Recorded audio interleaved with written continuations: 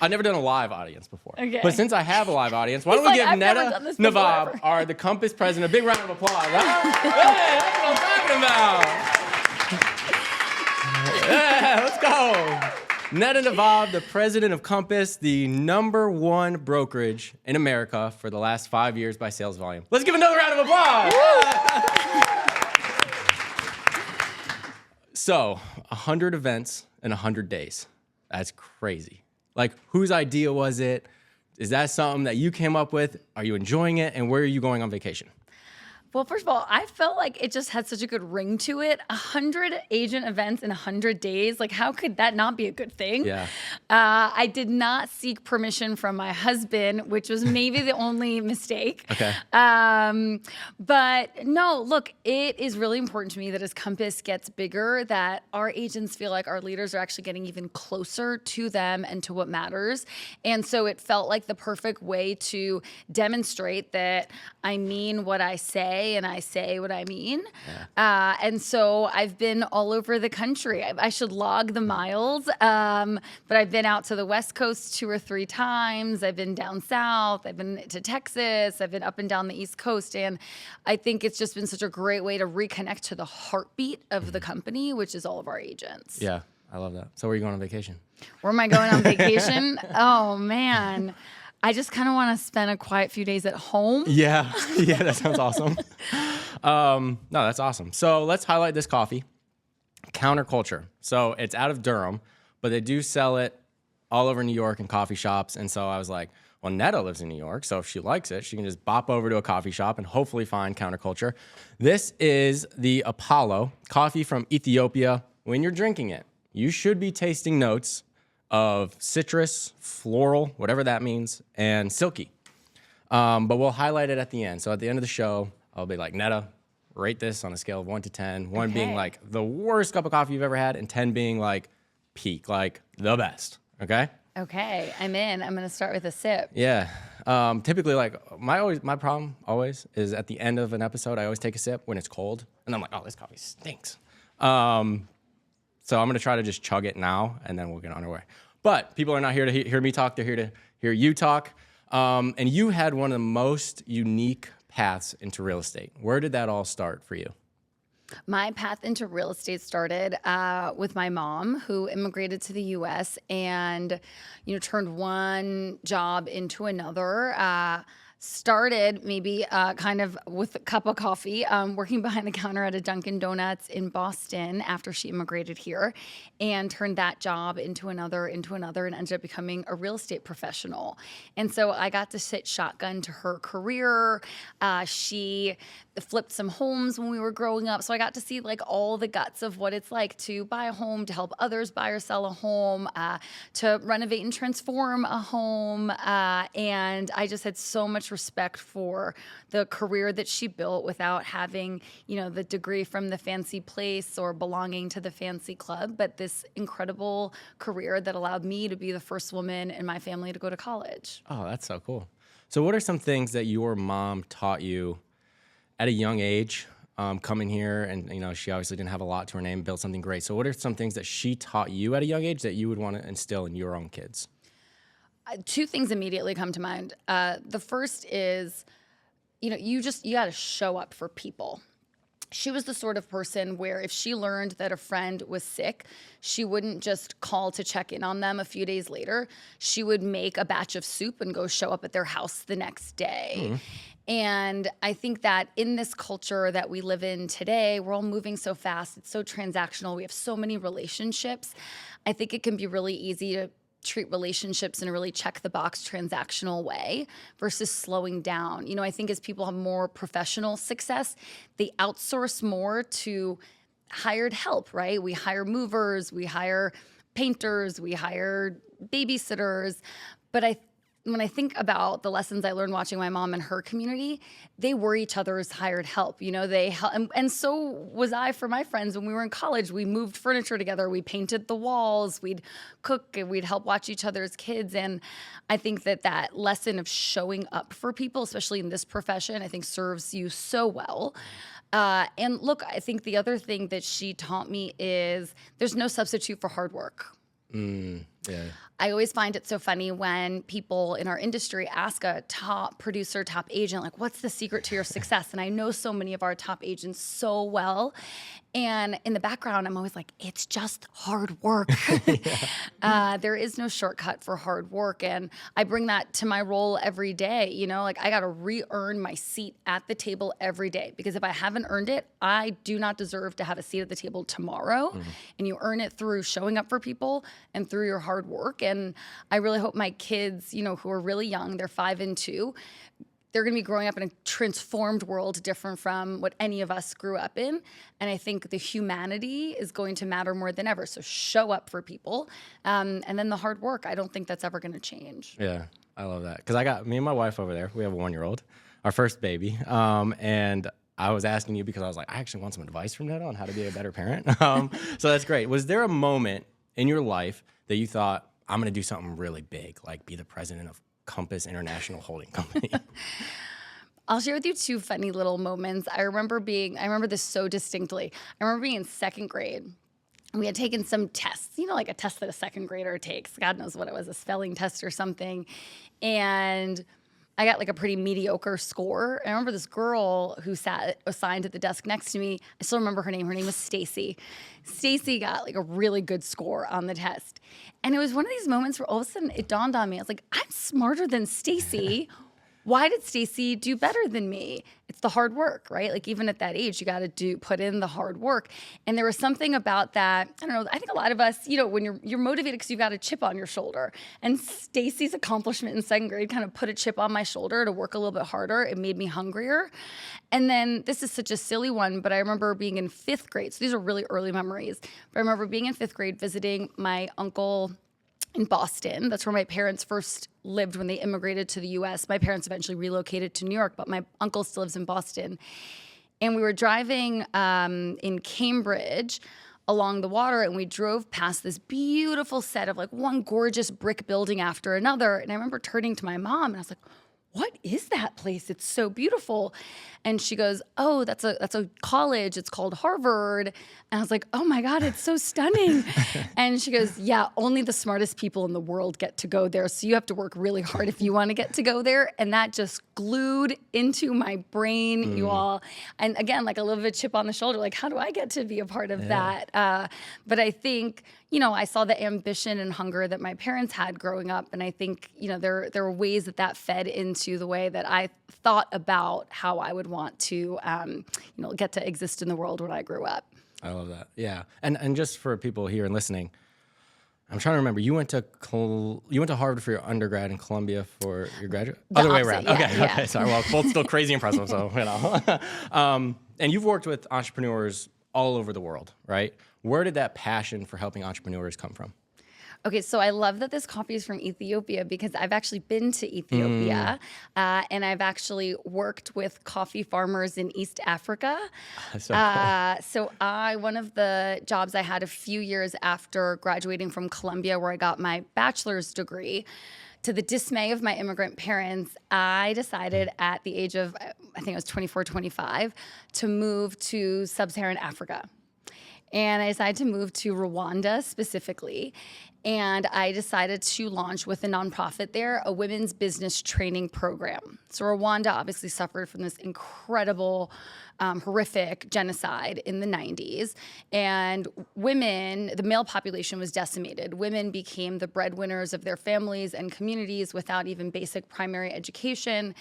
And we went and started a business training program for female entrepreneurs. So those are women who grow coffee, who weave baskets, grow cassava, make beaded jewelry, and teach them how to take out a loan, balance a checkbook, market a product. And so I think it was honestly with those women that I really caught the bug, because you can see, you can almost visually see potential being unlocked when you are supporting a small business owner, and that potential spreads so far beyond them, right? It literally, in Rwanda, it's supporting an entire community at times. And I think that the opportunity to do that is so rewarding that I think it was there that I really caught the bug. How long were you there for? I was there for a year. So I lived in Rwanda, Tanzania, and then South Africa as well. And I traveled on a weekend to Ethiopia. Oh, Yeah. okay. That's awesome. I've had Tanzania coffee. Very good. Highly recommend. So you got this foundation, you got this like whole global experience of helping entrepreneurs, and that ultimately leads you to Compass. And so people here and people who are listening who might not know, what is the role, the day-to-day role of the Compass president? Yeah, it is, I would say, similar in a lot of ways to what our real estate professionals do. Like, I see myself as someone who is in client service. My clients are our real estate professionals. And so I have to deliver for them every day, help them realize their entrepreneurial potential. What that tangibly means is, operating at 10,000 feet, thinking about company strategy and the goals that we want to achieve, but then operating at 10 inches off the ground, because this is a very human, real, like day in, day out business. And so, it's related to the 100 events in 100 days. It's getting out and making sure that I understand what's happening across our markets, because each market is unique. Mm-hmm. Last week I was in downtown Brooklyn, Beverly Hills, Orange County, wine country, and then Westchester, New York in 5 days. And now I get to be with you here in Raleigh. And it's to make sure that I understand what's happening in each of the markets. What do you need? How is Compass delivering for you? What's happening in the industry? What do you need more of? So that we can then zoom back out as we're operating at 10,000 feet and set the right priorities for the organization to deliver for our agents. Yeah, that's cool. So you interact with thousands of agents. I mean, especially this 100 events in 100 days, you've talked to 1,000 agents. In your experience, what do you think makes a great agent great? That's a fantastic question.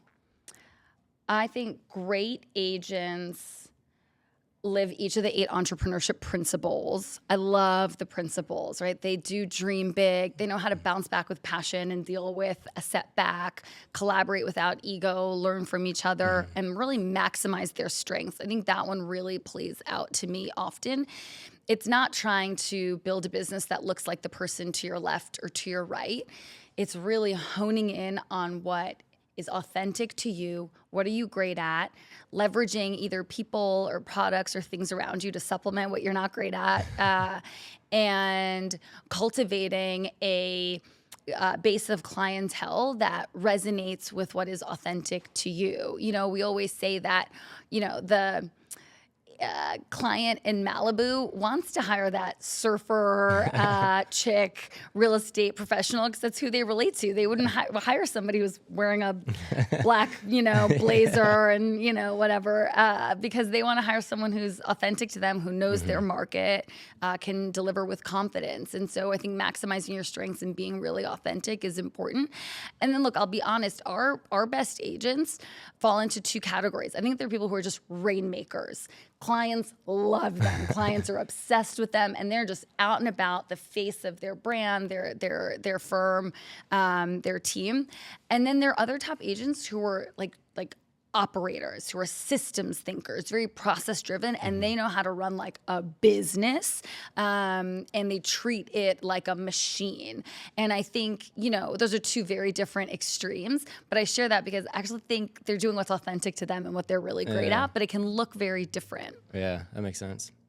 Obviously, there's a lot of brokerages out there. Why do you think Compass is the place to be for agents? So we talked about this a little bit earlier. I think Compass is the place, and we'll only get better and better at this, where a real estate professional can get the best of a big firm, but with a boutique feel. I walk into the Raleigh office today, and, Dominique knows that I probably need coffee. Renee knows to grab me and ask how my kids are and give me a hug. Like, that boutique feel is really important. You want to be at a place where you feel seen, heard, understood, appreciated, but you also want to have the power of a big company that's working hard behind you. You work so hard for your clients. You want to know that there's a whole army working hard behind you of designers and marketers and engineers and product people and lawyers. And I think that that's the big and boutique combination that, should make Compass unstoppable in supporting our agents and realizing their potential. Yeah. When you were talking about this morning, I was like, that's perfect. Yeah, that's why I'm here. Like, I love it. But there are agents out there and owners of smaller independent boutique firms. And where do you think those boutique firms fit in today's real estate landscape? Look, I think that Compass has stood for a long time behind seller choice. And I think it's great to have a landscape of very diverse real estate options out there for a consumer to choose from. And they have different strengths. Like I certainly, when I bought my home, hired a Compass agent because I wanted the, big engine that she had of Compass, but the boutique edge of the expertise that this agent, my agent Sheila Stoles, has in this 1 square mile that I wanted to move to. Yeah. But I think we have a lot to learn from these smaller independents and boutiques in terms of how they deliver on that human in-person piece, that local expertise, the local marketing or brand that matters. And I think if we can, borrow from that to build the boutique side of Compass, then I would love for, those firms to find their home here too. But I think the seller choice is what's really important. Yeah. I owned a small boutique and I worked at a small boutique, and I have very fond memories of both, but I think, like you said, like Compass is just kind of the best of both worlds that I found, But there are a lot of people in the room, maybe people listening, a lot of real estate agents who love real estate, right? They love the practice of selling and helping people buy and stuff, and they like that part, but they love just the real estate industry as a whole. And maybe they're thinking, I don't want to sell anymore. I want to be a broker in charge, or I want to be the next Neda Navab, or I want to be the next Renee Smith. Whatever it is, like, what advice would you give to somebody who wants to pursue that path instead of the path of a real estate agent? I think if you want to pursue that path, the most important thing you need is to actually love real estate agents. You have to love all the different sides and facets that come with having them as your client. Our agents are serving people at the most stressful, complicated time, and our agents, as a result, are carrying so much of that pressure, burden, privilege on their shoulders. And you have to be obsessed, and they have such a high bar because their clients have such a high bar because this transaction is so important. And I think you have to be energized by the fact that you're going to have some of the most deciphering clients that exist on the planet. And they're also some of, I think, the most inspirational because they bet on themselves. Yeah. And so I think you have to love serving them. I think if you don't, you can't, it's not fake it till you make it. They'll see through that and that you're not passionate in supporting them. And I don't think you can be successful. I think that that's at the heart of what really matters. And then I think at the heart of what makes us different is like the culture is all about like leaning in, learning, listening, and then becoming better as a result of that feedback. Is there like a specific skill that somebody in that scenario would need to work on, do you think, to be elevated to the next level of broker in charge or whatever that might be, sales manager? What I think is amazing about being a sales manager at Compass, like when I think about our best sales management teams as I look all around the country, it's actually a portfolio of a lot of different people with different skills that then come together to make an amazing market. So you've got, that deal doctor, you've got the tech savant, you've got someone who's an incredible coach, someone who's been in the industry for 20 years, someone who's maybe been at the industry for 4 years and grew up within a technical role at Compass and became a sales manager. I want the overall team to have the portfolio of skills to deliver. So I say that because I think you can come from a lot of different backgrounds and be successful in the role. But I think the most important thing is that you show up and you have low ego. I think you have to leave your ego at the door. There's a lot of ego in this industry. And I think if you're serving real estate professionals, you got to leave your ego at the door because it is very much a client service in my mind. Some of the people who do the best in various roles, a few have ended up going into sales management, have actually come from hospitality. And I think that's no coincidence. Actually, some of our best agents have come from hospitality because that client service mindset is so real. Yeah. Yeah, I think that's huge because I know, I think I was talking to Alexa, your chief of staff, right?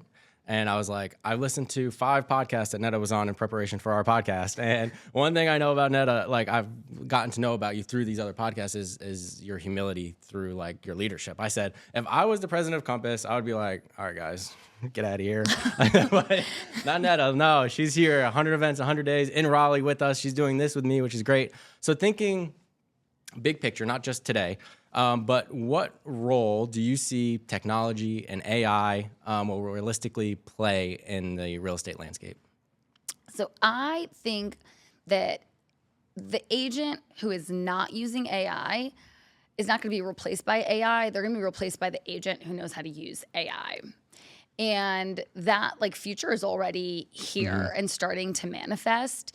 I was in a session last week in California where Matt Spangler, who's been doing a tour of AI training focused on real estate professionals, was speaking. And the things that AI is already capable of, you all, in your business is remarkable. You can have it be your co-pilot and develop, study your brand in all the different channels you have. Then have it study your top 5 competitors, who are the real estate professionals that you compete with the most. Write an analysis of where the strengths and weaknesses of their brand are compared to yours, and then develop a content calendar for you across the 3 channels that you think are the most important, and write the script. Like, it can be so sophisticated. So it's not just help me write the copy on this one social post, right? Have it do all the strategic thinking and analysis, and then pull through into what's the plan, what should the copy be, what should it look like.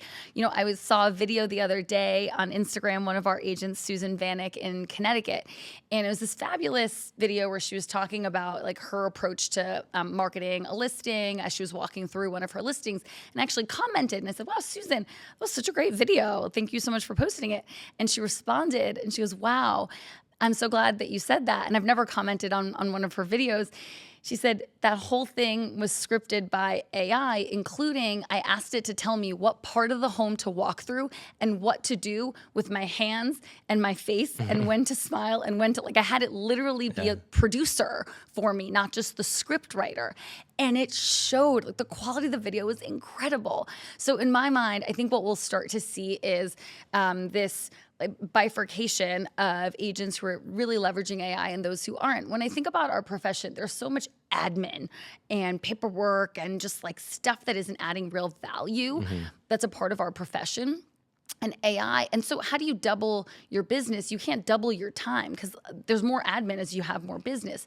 But I think the agents who start to figure out, and the brokerages who build the tools, who help take a lot of that admin out also to free up your time to be able to double your business without doubling the size of your team or doubling the hours you work in a day, I think it's going to be a really, really interesting unlock. Yeah. You use AI a lot? I did not prepare for this podcast using AI. That's great.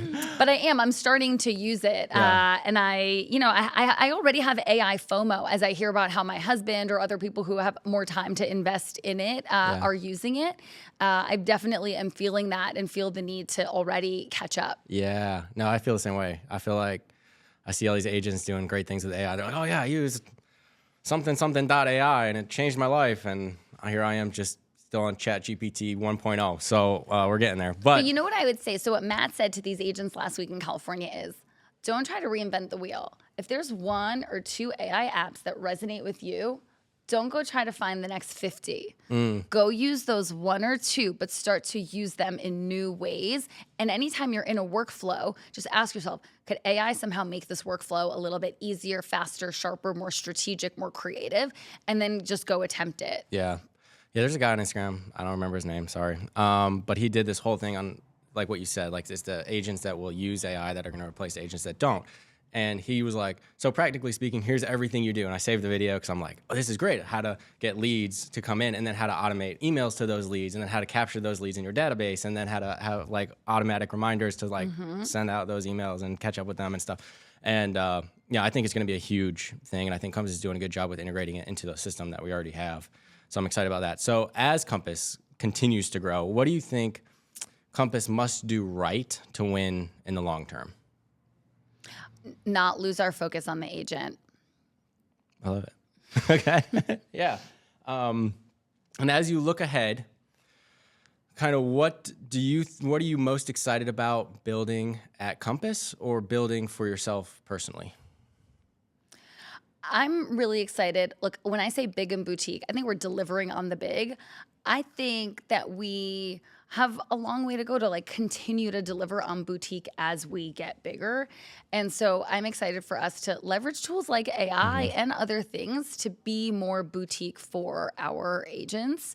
And I think, and use more data to create more boutique experiences.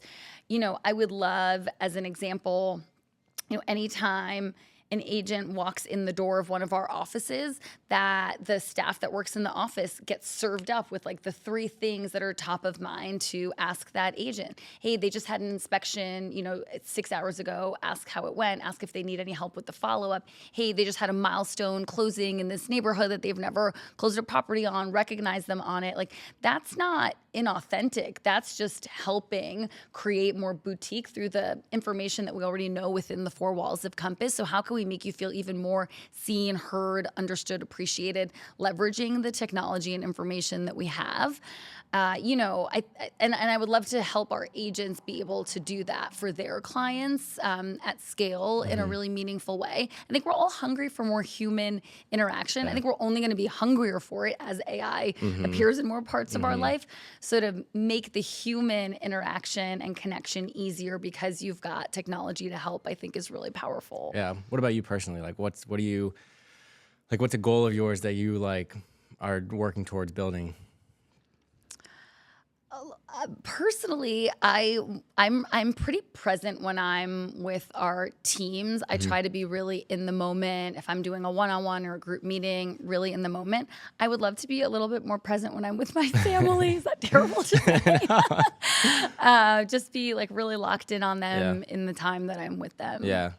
Yeah, I can imagine like your level of what you're doing. I know for my wife, my daughter is like, all right, Ethan, the client doesn't need a phone call back at 10 o'clock at night. Like, continue watching your TV show with your wife on the couch, enjoy it. But when the sun sets on your career, what is something that you want people to say about you, Neda, personally, and your leadership? So I would love for people to walk away feeling like I moved the mood of a meeting or moved the mood of someone's day because I was there with them and I got to interact with them. I'm like a big energy person, not energy drink, but like I really believe in energy. And I think when you put good energy into someone's day, they're going to go unknowingly and go do that for someone else. And I think we're in this moment where management, leadership, advisors who are present in people's day have the ability to move the mood of the moment. And I hope people feel that way. Like, I hope they remember the energy they felt when they were with me more than anything that I may have done for them. Yeah, that makes sense. What do you like to do for fun? What do I like to do for fun? I love a good Barry's boot camp class. If anyone's ever been to a boot camp class, I don't know. What is that? It's they torture you for 50 minutes. Okay. Okay. And you pay them. Okay. But it's like a treadmill and strength training class with loud music, like bright red lights, in a classroom environment. Talk about energy. Yeah. I love that. And I love just kind of being silly with my kids outside, like rolling around, playing with them. And I love live music. It's the thing my husband and I have most in common. We love to go see music together. Yeah, what kind of music? Oh God, we're gonna get like really embarrassing here. Well, we love to go see really good DJ sets. Okay. So we recently saw, like Lane 8. We went to Calvin Harris. We're gonna go see Kygo in June. Oh, that's sweet. I heard on a podcast, because I'm the opposite of this, that you're kind of an adrenaline junkie. Yeah? I am. That's why I love working with real estate professionals. Because that's crazy, because I'm the farthest thing from it. Like, if I have to get on a 6-foot ladder to change a light bulb, I'm like, you holding it? You got it? Because I'm kind of up here. That's kind of crazy, but hey, good for you. Yeah, I've jumped out of planes. Oh my I've gosh, jumped that's off crazy. the world's tallest bungee, which is in the Blue Cross Bridge of South Africa. I've done some crazy adrenaline things. That's crazy. Was this like years ago, or is this even now? Like, you'd be like, oh yeah, well, give me a now bungee I have cord. Kids, so it feels irresponsible to jump out of a plane. Yeah, probably. My dad went skydiving when I was a kid, and me, my brothers, and my mom were watching him jump out of this plane, and I'm like, what if this doesn't work out and we're all just here watching my father plummet down to the earth? So I won't be jumping out of an airplane with or without a daughter there. But what did you think of the coffee? I liked it. So when you told me it was from Ethiopia, I was like, I actually really love Ethiopian coffee. Yeah? It's like very smooth. Yes. Easy on the palate, doesn't need milk. I would give it like an 8. An 8? Yeah. I love that. Yeah. One of the descriptions is silky. So there we go. When you were in Ethiopia, did you have like, you worked with bean farmers there, right? Is it like as good as like Oh, this coffee does from... not touch the local coffee. No, I figured not. I figured not. Yeah, I thought it was really good. I'll give it an 8.2. It was good. I don't know. I think I need a little more like pop to it, a little more gusto in it. A little more adrenaline? Maybe more adrenaline, you know? Yeah, because like my adrenaline comes from stuff like this, but I'm pretty low to the ground here, so I'm happy here. This is great. An 8, that's great. Shout out to Counterculture Coffee, the Apollo blend coffee from Ethiopia. Go check them out. They're great. They're in Durham, and you can find them all over stores throughout the East Coast. Neda Navab, thank you so much for coming on the show. I really appreciate it. Everybody, let's give Neda Navab a big round of applause. Thank you. Thank you. You're welcome. Absolutely. All right. Bye, everybody.